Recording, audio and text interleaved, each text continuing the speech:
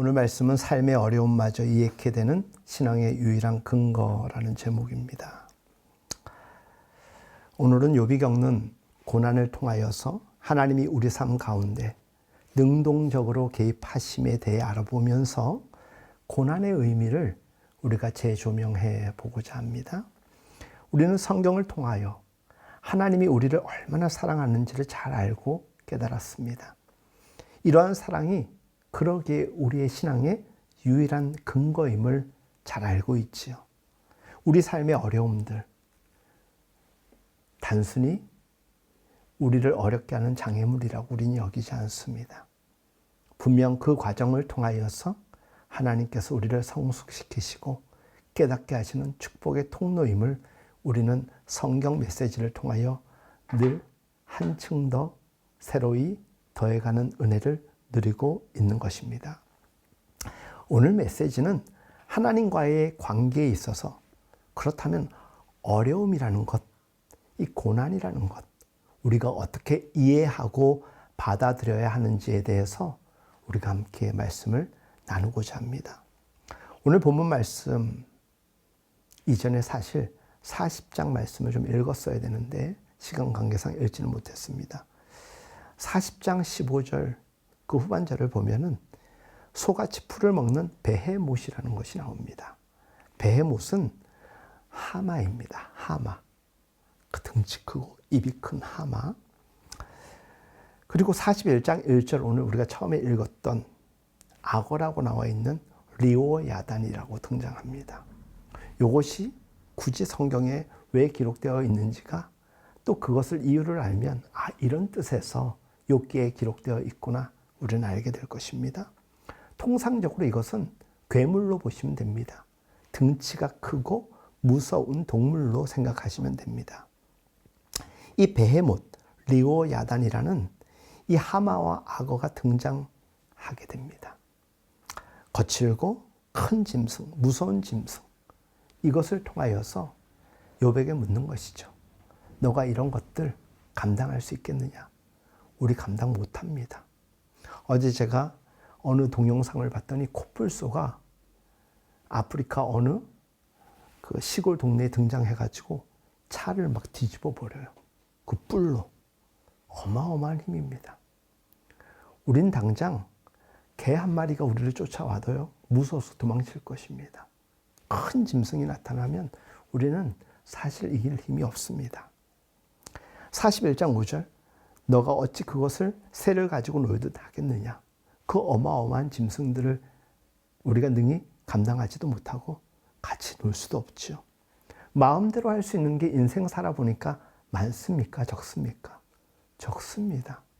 만만한 게 별로 없습니다. 10절 말씀 아무도 그것을 격동시킬 만큼 담대하지 못하거늘 누가 내게 감히 대항할 수 있겠느냐. 사랑하는 여러분, 욥의 어려움은 무엇이라고 여러분들 늘 생각하셨습니까? 욥의 어려움은 하나님의 믿는 것을 잠시도 포기하거나 의심하지는 않았는데 그 하나님의 하나님 되심을 자신의 경험 속에서 이해할 수 없는 상황 속에서 자꾸 맞이할 때 어려워집니다. 우리도 자꾸 삶을 더해가면 더해갈수록 이해할 수 없는 상황들 속에서 하나님의 살아계심과 임재하심보다는 하나님의 부재하심을 느낄 때가 참 많죠. 그래서 인생 힘들다고 하나님께 토로하곤 하죠. 욥이 받는 이해할 수 없는 그리고 원인 모를 고난, 여러분들 누누이 들어서 잘 알고 있을 것입니다. 친구들은 와서 그럽니다. 욥이 이런 어려움을 당연히 받아들여야 된다. 왜? 인과응보이기 때문에. 너가 뭔가 잘못했기 때문에 이 재앙이 너에게 임한 것 아니냐라고 이야기를 합니다. 근데 속으로 욥의 심정은 어떻습니까? 억울합니다. 근데 욥기 설정 자체가 그는 의로운 사람이며 흠이 없는 사람입니다. 그렇게 살아온 사람입니다. 그런데 그에게 의도적으로 성경은 하나님은 마귀 사탄은 그의 삶을 엎드리고 있는 것입니다. 사단이 와서 하나님의 도전 앞에 이렇게 이야기하죠. 그가 괜히 하나님을 섬기겠습니까? 하나님이 복 주시니까 믿음이 좋은 거지. 여건 어렵게 만들면 그 믿음 다 떠나갈 것입니다라고 깐죽거립니다. 그래서 하나님은 인과응보의 원칙을 깨보시겠다는 의도로 욥기 이야기를 진행해 가십니다. 그러니까 욥은 이유 없는 고난을 당하고 있는 것이 맞는 것입니다.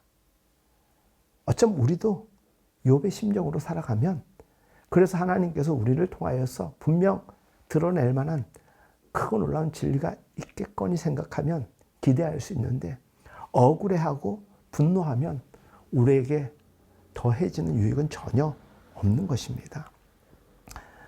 여기에다가 의문을 던지고 거기서 답을 찾으려고 하면 사실 우리가 욥기를 읽을 이유도 없고, 읽으면 읽을수록 더 혼란에 빠지기 마련입니다.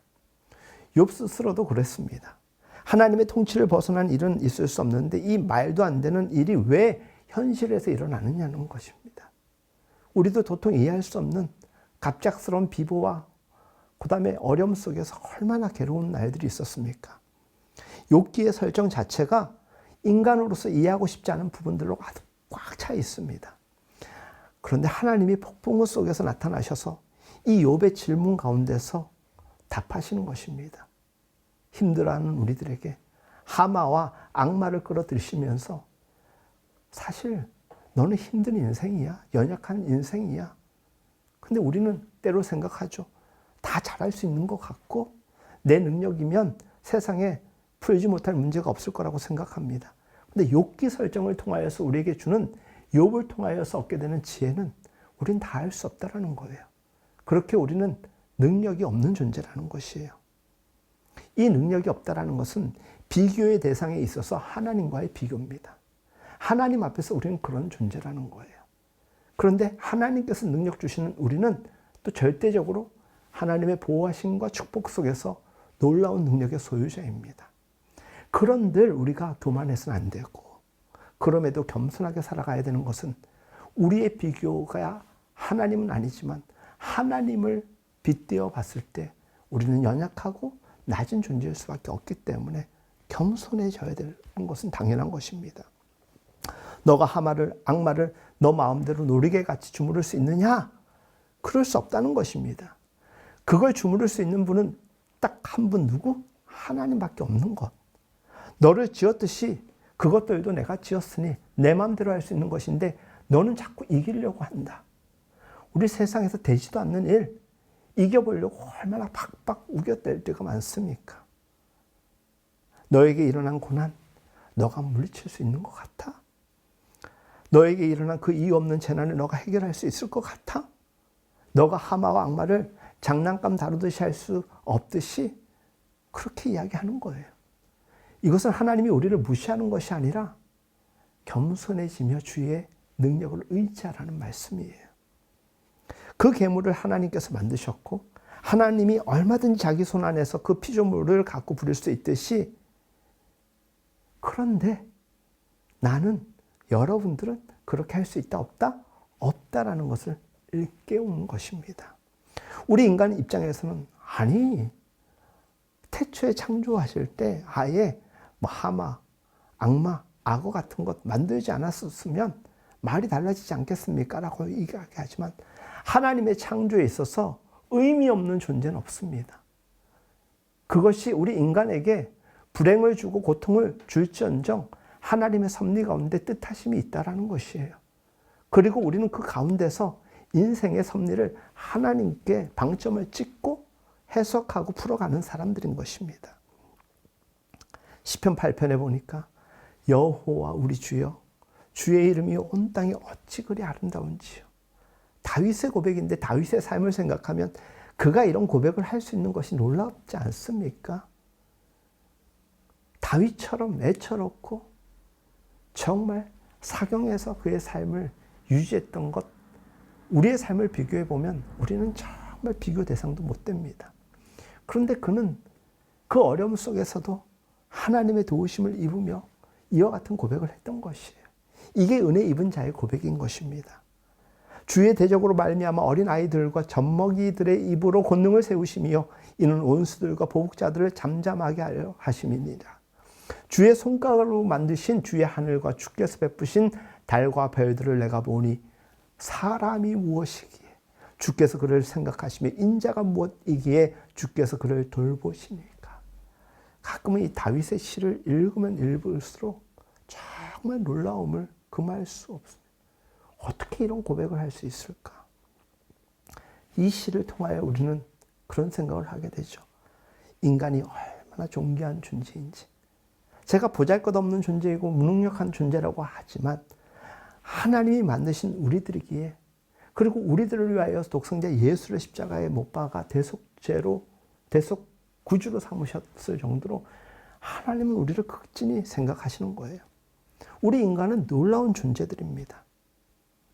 그런 우리들에게 하나님께서 세상의 모든 것들을 다스릴 수 있는 권한까지 주시지 않았습니까? 주의 손으로 만드신 것을 다스리게 하시고 만물을 그의 발 아래 두셨으니 곧 모든 소와 양과 들짐승이며 공중의 새와 바다의 물고기와 바닷길에 다니는 것이라고 다윗은 고백합니다. 다윗의 답변, 이 하나님의 응답 가운데서 고백하는 이 메시지를 보면 들나귀, 낙타, 소와 양, 짐승, 공중의 새, 바다의 물고기가 등장하는데 어디까지 오나? 바다에 다니는 것. 그게 뭐냐면 하마, 그 다음에 악어 이런 것들이에요. 이런 것도 다 하나님의 손바닥 위에 있는 것이에요. 그리고 그 가운데 누가 지키신다? 하나님이 지키신다라는 거예요. 우리는 그런 것들로부터 우리를 지키는 사람이 아니라 우리는 우리가 지킬 힘이 없기 때문에 우리를 지키시는 하나님을 믿는 그 마음을 지켜야 되는 사람들이에요. 그래서 우리 사람이 해야 될 가장 중요한 지킬 것은 무릇 지킬 만한 것 중에 마음을 지키라는 그 말씀처럼 마음을 지키는 거예요. 세상에서 우리가 휘둘리며 마음 뺏기기 일쑤이지 않습니까? 그래서 이탈할 때가 참 많아요. 오늘 첫 번째 찬양, 정결한 마음 주소서. 하나님 앞에 순결한 사람, 정직한 사람, 그런 영을 주시옵소서. 그래야지 우리가 회복될 수 있고 하나님 앞에 온전히 살아갈 수 있는 것 아니겠습니까? 사랑하는 여러분, 모든 피조물들이 그렇듯이 너에게 일어난 어떤 일도 동일선상에서 보면 다 똑같아 보이지만 하나님이 특별히 사랑하는 자에게는 보호하심이 함께한다는 거예요. 그래서 우리는 모든 사람들과 동일하게 수평적 차원에서의 문제로 살아가는 것이 아니라 그들보다 한 걸음, 한 수 위에 살아가는 사람들이에요. 그게 뭐냐? 하나님의 보호하심 안에 있다는 거예요. 우리를 지키고 계시다는 것이죠. 이것이 하나님의 답변이에요. 고통, 어려움 분명 우리에게 있습니다. 중요한 것은 감내하는 아픔은 있지만 하나님이 우리를 지키신다는 것이에요. 그리고 그런 하나님의 약속 가운데 살아가는 우리들이기 때문에 보증받고 보장받은 우리의 삶은 얼마나 안전할 수밖에 없겠습니까? 시편 8편에 얘기하듯이 그래서 다윗은 고백하는 거예요. 그 어렵고 힘든 가운데서도 여호와 우리 주여 주의 이름이 온 땅에 어찌 그리 아름다운지요. 주님을 찬양하는 내용은 하나님이 인간에 대한 특별한 사랑과 대우를 알기 때문인 것이에요. 우리 힘들고 어렵지만은 그럼에도 불구하고 감사하고 그럼에도 불구하고 우리가 더 하나님의 편에서 하나님의 방법을 택하여 살아갈 수 있는 이유는 하나님이 우리를 일찍이 먼저 사랑하셨고 우리를 위하여 먼저 하신 일들이 분명하기 때문입니다. 욥이 모든 것을 잃고 심지어 친구들과 싸우고 불평하는 처지에 놓이지만 결국 이 하나님의 특별한 사랑 가운데 모든 것이 해결되는 그 존재로 스스로를 이해하고 받아들였기 때문에 그는 감사하며 꿋꿋이 이겨나갈 수 있었던 것이에요. 맨날 찬양하고 맨날 기뻐서 뛰고 사실은 그러진 않았습니다. 그도 마음에 얼마나 고민이 많았는지 모릅니다. 나는 하나님을 믿어서 근심 걱정 아무것도 없습니다라고 이야기하는 이 땅에 그리스도인들이 있다면 사실 저는 믿을 수가 없을 것 같아요. 우리의 신앙은 고민하고 번민하고 아파하고 고통당하는 가운데 하나님의 살아계심을 날마다 경험해 나가는 경우가 대부분이지 하나님의 은혜 아래서 우리가 모두 잠잠히 평안한 사람 거의 없습니다. 그저 삶이 좀 평탄케만 해주옵소서라고 기도하는 상황에 우리는 처해 있는 그 정도의 수준의 사람들이라는 것입니다. 그런데 그렇게 하신다라는 거예요. 그게 우리가 다른 사람들보다는 다른 한 차원 삶의 자리가 다른 위치에서 살아가는 사람들이라는 것입니다. 무엇 때문에? 우리가 하나님을 믿고 있기에 그 하나님은 우리가 우리에 대해서 기대하는 것보다 비교할 수 없이 우리에 대한 큰 목적과 또 권세를 우리에게 허락하셨기 때문인 것입니다. 이게 욥기의 결론이에요. 그런데 이 문제는 참으로 놀라워서 예를 들면 40장 10절 14절 말씀 계속 우리가 쭉 집에 가서 한번 보십시오. 너는 위엄과 존귀로 단장하며 영광과 영화를 입을지니라. 너의 넘치는 노를 비우고 교만한 자를 발견하여 모두 낮추되 모든 교만한 자를 발견하여 낮아지게 하며 악인을 그들의 처소에서 짓밟을지니라.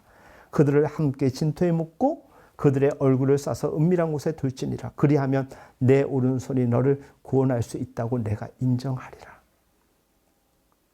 여러분들 우리가 모든 걸 해결할 수 있고 모든 것을 가능케 한다면 하나님이 너희 존재 우리 인정하겠다라는 거예요. 뭘? 나 없이 살아갈 수 있음을 인정하겠다라는 거예요. 근데 그런 존재 없지 않습니까? 여기서 욥에게 뭘 묻는 겁니까? 너가 하마를 맨손으로 당할 수 있니? 너가 악어를 내 마음대로 내 손으로 눌릴 수 있니? 그럴 수 없지 않냐? 너가 너의 고난에 대하여 불평한다면 그럼 너가 너 고난을 스스로 한번 해결해 봐. 그럴 수 있으면 내가 너를 인정하겠다. 이것이 40장의 말씀인 것이에요. 그런데 너는 위엄과 존귀로 단장하며 영광과 영화를 입을지니라. 너가 소원하는 영광 하나님 어찌하여 나에게 고난을 주셨습니까? 라고 외친 너가 원하는 영광을 내 힘으로 해결해 보라는 것이에요. 우리 해결할 수 없잖아요. 그래서 때로는 눈물, 콧물 다 흘리면서 하나님 앞에 엎드려 나아가는 것입니다. 그리고 그 가운데서 발견하게 되는 것은 무엇입니까? 하나님의 보호하심이 우리와 함께 할 것이라는 그 안정, 그 평안이 우리를 잠잠케 하는 것입니다. 내 오른손이 너를 구원할 수 있다고 너가 생각한다면 내가 인정하겠다. 근데 우리가 우리 손으로 해결할 수 있는 게 세상 살아보니까 있다 없다? 없어요. 잠깐은 해결할 수 있고 넘어선 것 같은데 곧 또 다른 것들이 우리를 힘들게 하고 더 큰 파도가 밀려올 때가 얼마나 많습니까? 그러니 우리는 주님을 의지할 수밖에 없습니다. 욥은 생각했습니다. 하나님께서 자기가 싫어하는 것 해결해 주시고 없애버려 주시면 좋은데 생각해 보니까 살아보니까 그렇지 않은 거예요. 그게 지혜인 거예요. 얼른 손들고 하나님 앞에 항복하는 것이고 하나님의 섭리를 받아들이는 것이죠. 인간의 영광이거나 인간이 가야 할 궁극적 자리가 우리는 하나님의 그 수준에 당연히 미칠 수가 없어요. 그래서 하나님께서 우리를 승격시켜 주시는 거예요. 하나님의 자녀들 자격이 전혀 없는데 하나님의 자녀 삼아 주신 것이고 구원받을 어떤 이유로도 조건으로도 충족되지 않은데 하나님의 자녀 삼으시고 구원받는 사람으로 의인시켜 주신 거예요. 칭의가 바로 그런 거지 않습니까? 우리가 해결할 수 없는 일을 하나님께서 우리에게 허락하여 주시는 것. 그래서 하나님만이 해결해 줄 수 있는 자리로 우리를 자신을 자기도 모르게 승격시켜 주시는 그 은혜를 우리는 살아가고 있는 복된 인생의 사람들이라는 것이에요. 이게 바로 하나님의 특별한 은총인 것입니다. 예레미야서 15장 보면은 예레미야가 유다가 망하기 직전부터 선지자로 부름을 받습니다. 막 하나님의 말씀을 전하는데 사람들은 저거 매국노라고 막 뭐라고 해요. 지금 상황이 어떤 상황인데 그딴 소리 하고 있냐라고. 하나님의 벌을 받는 것이니까 순종해라 라고 외치니까 사람들이 듣기 좋겠습니까? 그래서 사람들은 당장의 위로를 좋아해요. 문제의 근원을 지적하고 찾아가는 일보다는 당장 뭔가 단 것을 원할 때가 많아요. 하지만 그 기쁨과 그 위로는 잠깐일 수밖에 없습니다. 여호와여 주께서 하시오니 원하건대 주는 나를 기억하시며 돌보시며 나를 박해하는 자에게 보복하시고 주의 오래 참으심으로 말미암아 나로 멸망하지 아니하게 하옵시며 주를 위하여 내가 부끄러움을 당하는 줄을 아시옵소서. 이 지금 예레미야가 하나님께 탄원하는 거예요. 하나님이 원하셔서 하나님의 메시지를 전하는데 사람들이 저를 지금 이렇게 힘들게 하고 있습니다. 만군의 하나님 여호와시여, 나는 주의 이름으로 일컬음을 받는 자라. 내가 주의 말씀을 얻어 먹었사오나 주의 말씀은 내게 기쁨과 내 마음의 즐거움이오나 내가 기뻐하는 자의 모임 가운데 앉지 아니하며 즐거워하지도 아니하고 주의 손에 붙들려 홀로 앉았사오니 이는 주께서 분노를 내게 채우셨음이니라.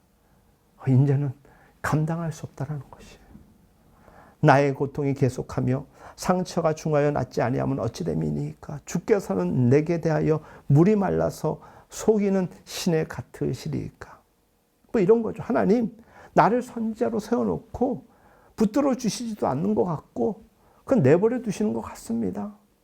저 대적하는 자들에게 언제나 어려움을 당하게 하시고 수모를 당하게 하고 있는데 이거 하나님 진짜 이거 맞습니까? 나를 선지자로 세워놓고 왜 이렇게 나를 지켜주지 않습니까? 가끔은요, 하나님의 말씀을 지켜 살아가는 것이 얼마나 괴로운지 몰라요. 여러분도 그런 거 경험할 때가 많지 않습니까? 괜히 손해보는 것 같고 괜히 핍박받는 것 같고. 우리의 삶은 이런 불평의 자리예요.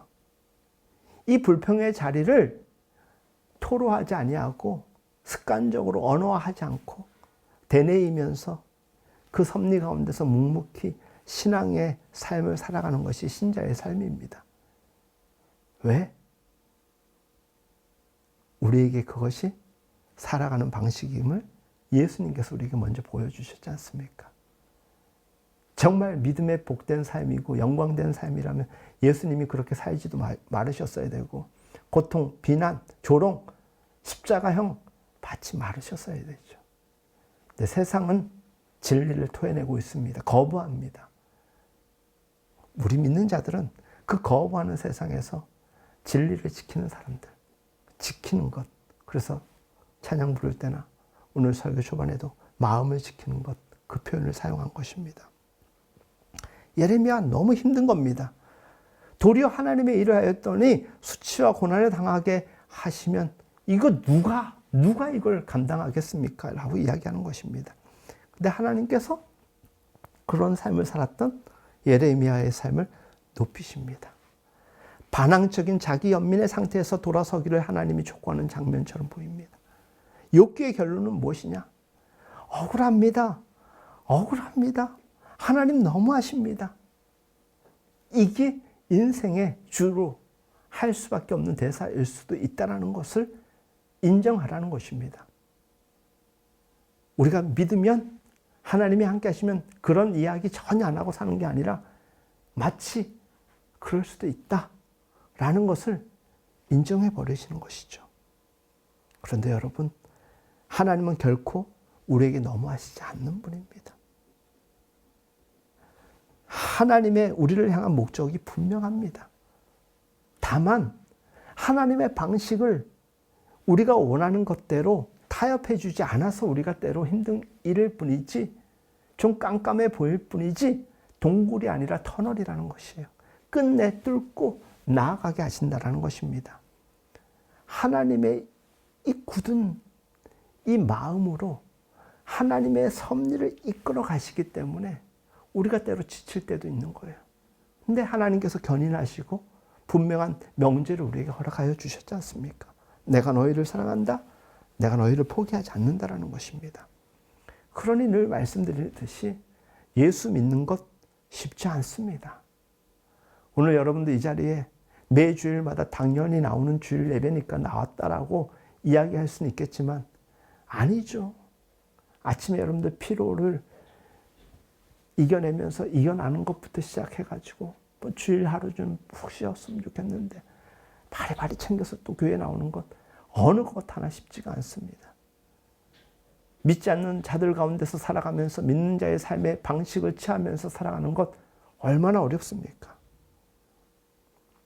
그런데 하나님께서 우리를 다스림을 우리는 믿기 때문에 하나님의 통치 안에서만 우리가 살 수 있다는 것을 알기 때문에 받아들이는 거예요. 그리고 뭐한 말로 안 받아들이면 뭐 어떻게 할 건데요? 받아들여야 되는 거예요, 결국은.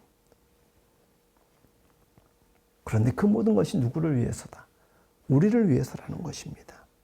우리를 위하여 하나님께서는 그렇게 하시는 것이고 그것이 교육일지언정, 그것이 훈련의 과정일지언정 우리의 삶을 통하여 하나님은 철저히 그렇게 인도해 나가신다는 것입니다.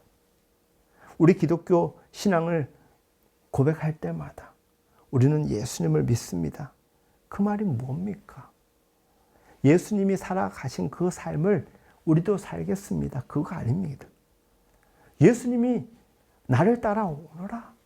자기를 부인하고 나를 따라오너라. 네, 알겠습니다 해놓고 좀 힘들어지면 예수님의 말씀을 부정해버리고 그리스도인이 살아가야 되는 방식을 부정해버리면 뭐 어떻게 하자는 겁니까? 그렇지 않습니까? 기독교 신앙을 논할 수 없게 되는 것입니다. 자꾸 비켜가려고만 하고 타협하려고만 하면 우리는 우리 스스로 신자를 포기하는 것밖에 되지 않습니다. 예수 믿는 것 바로 그런 겁니다. 대명제 앞에 모든 것을 감내하는 것이에요. 그리고 더 크고 놀라운 은혜가 무엇입니까? 이 땅에서 우리가 육신이 다하여도 영생의 축복이 이어진다는 것입니다. 믿는 자에게 예수님께서 늘 말씀하셨습니다. 그것은 제자들에게 하신 말씀이에요. 나는 섬김을 받으러 온 것이 아니라 섬기러 왔다는 것이. 믿는 자의 삶이 섬김의 삶 아니겠습니까? 그런데 마가복음 10장에 봐도 세베대의 아들 뭐라고 이야기합니까? 예수님에게 요청하는 것이 세상적 권력과 영광 아니었습니까? 주를 믿었사오니 영원한 나라에서 하나는 우편에 하나의 좌편에 앉게 해달라는 겁니다. 아니 구원해 주시고 하나님의 자녀 삼아 주신 것만으로도 감사한데 자꾸 엉뚱한 걸 요구합니다. 하나님의 나라마저도 세상적 방식으로 살아가려고 하는 우매한 자로 하나님을 믿는다라고 하는 것이죠. 그러니 예수님 잘 믿어야 됩니다. 오늘 우리 시대의 그리스도인들, 이 땅의 기독교인들 가운데서도 성경을 제대로 해석하지를 못해가지고 자꾸 기도도 이상한 거 하고 성도들 간의 대화도 엄한 걸 기준 삼으려고 하는 사람들이 얼마나 많은지 모릅니다. 너희가 구하는 것을 내가 알지 못하는도다. 내가 마시는 잔을 너희가 마실 수 있으며 내가 받는 세례를 너희가 받을 수 있느냐? 너희가 내 고난을 대신할 수 있느냐? 이는 너희는 결단코 못한다. 주의 성령이 함께 하시지 않으면 주의 은혜를 확신하지 못하면 우리가 믿음의 삶을 살아갈 수가 없습니다. 언제나 믿음의 삶은 세상 속에서 부정과 긍정을 오가는 것입니다. 거기에서 정반합의 논리 속에서 단단히 져가는 것입니다. 주께서만 하실 수 있는 일과 주께서 하신 일로 모두가 동참해야 하는 그 장과 그 세례를 우리는 받아들이고 또 감내하는 것입니다. 그게 섬김의 삶인 것이요. 하나님을 섬기는 것이고 사람을 섬기는 것이에요. 이런저런 것들을 다 깨달아 알면서 삶의 산전수전을 겪었던 다윗이 무릎을 탁 치며 고백했을 것 같아요. 여호와 우리 주여, 주의 이름이 어찌 그리 아름다운지요. 주님의 말씀이 다 맞습니다. 그런 것이죠. 주의 영광이 하늘을 덮었나이다. 주의 대적으로 말미암아 어린아이들과 젖먹이들의 입으로 권능을 세우시며 고난을 당하지만 비록 지는 것 같고 약한 자 같고 망하는 것 같지만 하나님의 통치 가운데서 하나님이 보호하심을 믿는 것이에요. 그렇기 때문에 두렵지 않기 때문에 승교당할지언정 믿음의 삶을 살아가는 거예요. 일제치하에서 믿음의 선진들이 그렇게 옥중에서 고통받으며 죽음을 맞이하면서도 스데반처럼 육의 마지막 때를 거룩하게 받아들일 수 있었던 것입니다. 욥이 당하는 고난은 사탄의 시험 앞에 욥이 누구 편을 드느냐 보자라는 것이 아닙니다. 사탄의 시험을 도전을 하나님께서 받아서 그것으로 욥을 채우시고 높이는 방법인 것입니다. 욥이 이겨낸 것이 아니라 하나님이 이겨내신 거예요. 욥에게 믿음을 보여주심으로. 우리는 상황을 이기는 것 같지만 사실 우리가 상황을 이기는 것이 아니라 우리의 믿음, 우리의 마음을 이겨낼 수 있어야 되는 것이에요. 마음이 무너지면 다 무너지는 것입니다. 여러분들 살아온 뒤안길을 한번 돌아보십시오. 상황이 그렇게 어렵고 힘든 시간을 보냈다고 하지만 잘 살아오셨지 않습니까? 당장 죽을 것 같고 다 포기해야 될 것 같은 그 상황 속에서 여러분들 이겨냈지 않습니까?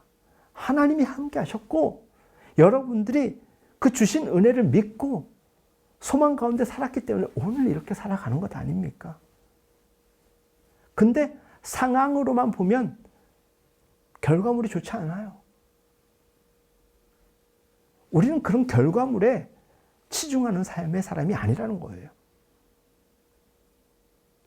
비록 어렵고 힘들고 눈물을 흘리고 질질 짜고 있어도 우리의 마음이 변함없이 하나님께 있고 하나님이 우리를 견인하고 있음을 믿기에 우리는 앞으로도 두벅두벅 걸어나갈 수 있는 것입니다. 이것이 하나님을 높이는 삶. 우리가 하나님을 높일 때 하나님께서 우리도 높여주시는 거예요. 그 어떤 세상의 창조물보다 차원이 다른 클래스에서 사는 사람들이 바로 누구다? 우리인 거예요. 우리에게 일어나는 일들 중에서 우리를 손해케 하거나 망하게 할 수 있는 것들 아무도 없습니다. 왜? 끝내 이 길이라 뭐 이런 대중 노래도 있지 않습니까? 끝내 승리케 하실 분이 누구다? 하나님이시기 때문에. 그러니 잘 들으십시오. 욥은 억울하지 않았던 거예요. 그 1장 보십시오. 전 재산 다 날아가고 가족들 다 죽어버리고 무참히 그냥 쓸어버린 그 고난과 재난 앞에서 비틀비틀거리면서 이겨내며 일어섰던 그의 삶 무엇입니까? 하나님의 도우심과 하나님의 견인 아닙니까? 때로는 취해 보이고 조잡해 보이고 뭔가 설득력이 떨어지는 이야기를 막 토로하는 것 같지만 그래도 하나님, 나는 하나님을 믿습니다. 이건 뭐냐? 납득할 만한 이유가 그의 안에 있다는 거예요. 구원은 어떤 경우에도 납득할 수밖에 없는, 인정할 수밖에 없는 하나님의 큰 명제 아닙니까? 내가 뭔데? 나 같은 국가대표 교인을, 죄인을 하나님이 살려주셨는데 말 다 했죠. 그러니 우리도 예수님 말씀처럼 자기를 부인하고 자기 십자가를 지고 쫓아갈 수밖에 없는 거예요. 왜? 큰 은혜를 입은 자이기 때문에 그렇습니다. 저는 늘 이 말씀이 우리 신자들에게 가장 분명하고 명료한 하나님의 명령으로 받습니다. 그게 바로 제자도. 그러니까 예수님의 제자로 살아가는 것입니다. 이게 우리의 정체성입니다. 어떤 것을 취하고 누리느냐, 그것이 우리의 정체성이 아니라 하나님이 우리를 어떻게 사랑하셨는가, 그것을 믿고 살아가는 우리의 긍지, 그게 우리의 정체성인 거예요. 누구보다도 하나님이 나를 사랑하신다. 우리는 특별한 존재다. 뭐 그런 것들. 예수를 믿는다라는 것이 그런 겁니다. 여기를 통과하지 못하면 평생 불평하다 끝나는 겁니다. 이런 믿음의 해석을 하지 못하면 여러분들 앞으로 수십 년을 예수 믿어보십시오. 점점 하나님에 대해 이해할 수 없게 되고 하나님을 멀리할 수밖에 없게 될 것입니다. 근데 이걸 통과하고 이걸 잘 이해하면 어떤 고난과 심지어 때로는 축복이 우리에게 허락된다 하더라도 겸손하게 낮은 자세로 하나님이 원하시는 삶을 살아갈 수 있는 것입니다. 사람의 위대함은 무엇이냐? 그 큰 은혜를 입었기 때문에 날마다 겸손해지는 거예요. 낮아지는 것이에요. 그렇기 때문에 섬기는 거예요. 저 사람이 나한테 한 것이 없는데 내가 왜 섬겨라고 세상은 이야기할 수 있겠지만 하나님이 우리를 섬기신 것을 생각하며 하나님이 우리 같은 죄 많은 인생을 드높이신 걸 생각하면 우리가 섬길 수 없는 존재가 어디 있겠습니까? 근데 우리는 도리어 뭐가 그렇게 잘났는지 정죄하고 심판하고 막 꾸짖어요. 저도 그래서 목사로서 조심해야 되겠다 많이 반성하면서 살아갈 때가 참 많습니다. 나이가 드는 게 뭘까 요즘 생각해 봤습니다. 50대도 있고 40대도 있고 10대도 있고 뭐 있지만 나이를 드는 게 뭡니까? 지금은 뭐 설교 시간이니까 답은 하지 않더라도 오늘 예배 마치고 제가 한번 물어보겠습니다. 생각하고 계십시오. 나이를 드는 게 뭘까? 나이를 드는 것은 단순히 우리의 육체에 어떤 힘이 빠지는 것 그런 게 아닌 것 같아요. 쇠퇴하는 것, 뭐 소멸당하는 것 그런 게 아닙니다. 뭐 연그는 것, 성숙되는 거예요. 힘쓸 때 쓸 줄 알고 힘쓰지 말아야 될 때 힘쓰지 않는 절정의 절제, 밸런스를 가지고 살아가는 것이죠. 하나님께서 폭풍 속에서 찾아와서 뭐라고 하셨습니까? 너가 당하는 고난과 너가 한 모든 불평들, 하나님의 정체성을 가지고 개입한 이 폭풍우 같은 이 간섭이었던 걸 너는 아느냐라는 것이에요. 너 벌써 포기하고 벌써 그냥 죽어 마땅한데 내가 끝내 너 이끌어낸 거 아니? 욥에게 묻는 것이고 오늘 우리에게 묻는 것입니다. 에베소서 4장 말씀, 제가 굉장히 좋아하는 말씀인데 중학생 때부터 아주 외우고 고백했던 신앙이었던 것 같아요. 13절, 우리가 하나님의 아들을 믿는 것과 아는 일에 하나가 되어 온전한 사람을 이루어. 우리의 목표가 그것이 되어야 돼요. 단순히 아는 것만이 아니라 우리가 행함이 하나가 되어서 온전한 사람을 이루어 그리스도의 장성한 분량이 충만한 데까지 이르기를 사모하고 기대해야 되는 것입니다. 이는 우리가 이제부터 어린아이가 되지 아니하며 사람의 속임수와 간사한 유혹에 빠져 온갖 교훈의 풍조에 밀려 요동하지 않게 하려 함이라. 오직 사랑 안에서 참된 것을 하여 범사에 그에게까지 자랄지라. 그는 머리니 곧 그리스도라. 그에게서 온몸이 각 마디를 통하여 도움을 받음으로 연결되고 결합되어 각 지체의 분량대로 역사하여 그 몸을 자라게 하며 사랑 안에서 스스로 세우느니라. 여러분, 온전한 사람을 이루어 그리스도의 장성한 분량에 충만한 데까지 저와 여러분들이 가야 합니다. 노력해야 됩니다. 예수 믿는 것 결코 쉽지 않습니다. 뭐 하나 쉬운 것 하나도 없다는 걸 알지만 두벅두벅 더딜지라도 포기하지 않고 넘어지고 쓰러져도 다시 일어나서 나아가는 것이에요. 하나님 보시면 얼마나, 하나님은 잘 뛰는 존재로 우리를 부르신 것이 아니라 포기하지 않는, 끝까지 믿고 따라오는 그런 존재로 우리를 부르시는 것입니다. 그러니 신자의 삶에 서로들 쉽게 충고하지 마시고 쉽게 정죄하지 말며 어떻게든지 붙돋아주고 좋은 말 하면서 이 길 같이 가야 돼요. 따로따로 가면요 얼마나 힘든지 몰라요. 얼마나 외로운지 몰라요. 몇 안 되지만 우리가 함께 가는 것이 얼마나 귀한지 몰라요. 예수님은 우리의 죄를 위하여 죽으신 분입니다. 할 말이 없지 않습니까? 우리를 위하여 대신 죽어주셨는데 우리 어떻게든지 믿음 안에서 살려고 노력해야 됩니다. 발버둥 쳐야 됩니다. 이미 우리가 포기하고 죽어야 될 만한 세상적인 것들을 주님이 대신 다 해결해 주셨기 때문입니다. 예수를 믿는다라는 것은 사실 엄청 무시무시한 표현인 줄 여러분들 아셔야 됩니다. 그저 소원 따위 이루려는 그런 기만은 절대로 신앙생활 하면서 부리지 마십시오. 성경에 분명히 나왔죠. 너희는 먼저 그의 나라와 그 의를 구하라. 우리가 우리 소원 안 구하고 소망하지 않아도 하나님이 이 모든 것을 더하리라. 말씀에 기록되어 있지 않습니까? 정말 우리에게 필요한 것은 하나님이 우리를 위하여 채우신다라는 거예요. 우리가 채워야 될 것은 무엇이냐? 하나님이 우리의 필요를 채우듯이 우리는 하나님이 우리에게 요청하시는 것을 채워드려야 돼요. 그게 뭐냐? 믿음의 분량인 것이에요. 감내하는 것이에요. 감당하는 것이에요. 섬기는 것이에요. 성경에는 어떤 경우에도 예수 믿으면 그리스도인이 되면 복받아서 부자 되고 그렇게 약속한 적 한 번도 없습니다. 오직 사랑 안에서 참된 것을 하여 하나님을 사랑하며 서로를 사랑하면서 참된 것을 구하고 추진하는 거예요. 범사에 그에게까지 자랄지라. 범사에 그에게까지 자랄지라.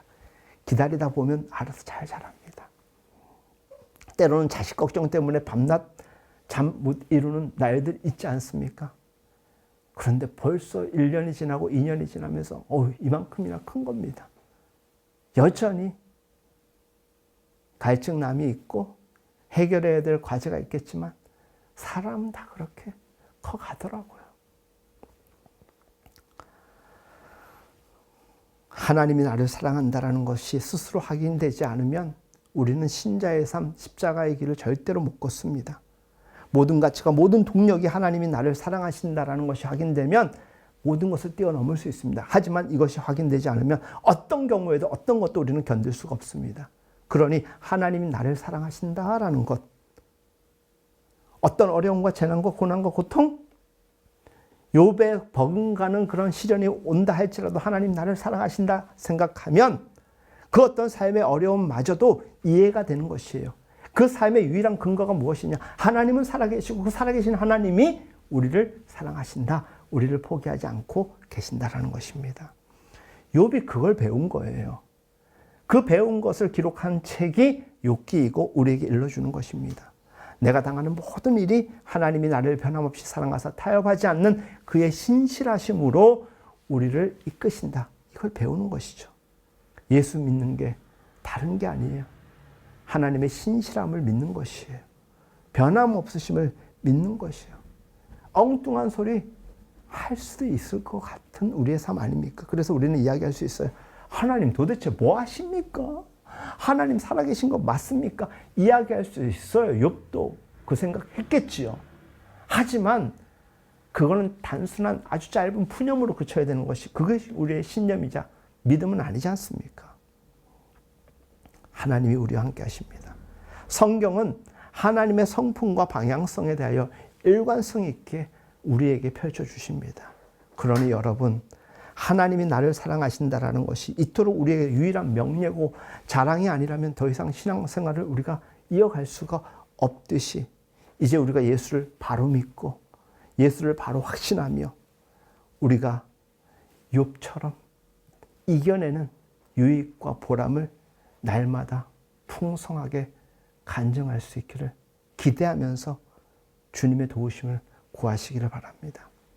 삶의 어려움마저도 이익해 되는 유일한 신앙의 근거, 우리는 분명 이미 확신할 수 있을 만큼 공급받은 존재이고 혹 우리가 그 확신의 근거가 역부족일 땐 위로부터 주시는 하나님의 은혜가 날마다 샘솟듯이 우리에게 공급될 수 있다는 것 믿기에 여러분들 오늘을 좌절할 이유가 없습니다. 이겨내시고 승리하시는 삶을 살아가는 우리 모두가 될 수 있기를 예수님의 이름으로 축복합니다.